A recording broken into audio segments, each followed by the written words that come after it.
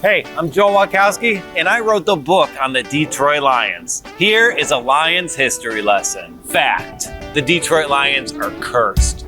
We've only won 3 playoff games in the Super Bowl era, and the only time we came close to getting to the Super Bowl, God abandoned us in real time. Everyone knows the supernatural plagues the Lions. Now, this is normally blamed on Bobby Layne, our first franchise quarterback who was traded to Pittsburgh and promised, "This franchise won't win again for 50 years.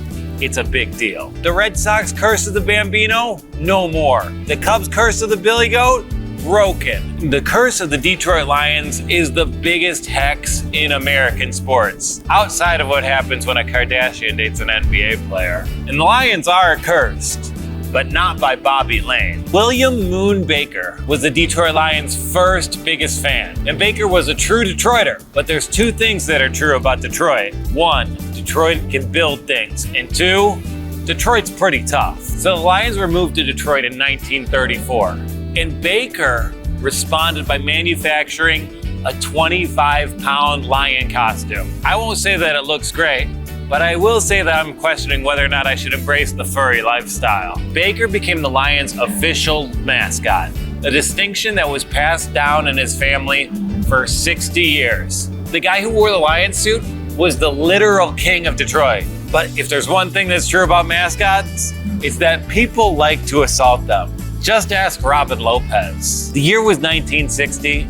and Baker spent his day running errands so he could spend his weekend cheering on the Lions at Briggs Field. Baker went missing. He was found murdered, shot execution style, with a pair of eyeglasses meticulously placed near his corpse. The Detroit coroner ruled it natural causes, which, given the city's connection to organized crime, was a pretty fair assessment. The team hasn't won since Baker was killed. And sure, the Lions traded Bobby Layne, but the football gods understand roster maneuvers. That's a football move. The football gods do not understand killing a mascot in cold blood and covering up the murder. So yeah, the Detroit Lions are cursed, but not in the way you think. For more stories like this, alongside a dash of sobriety and self-help, check out my upcoming book, Honolulu Blues: How Loving a Losing Football Team Helped Create a Winning Man. Go Lions!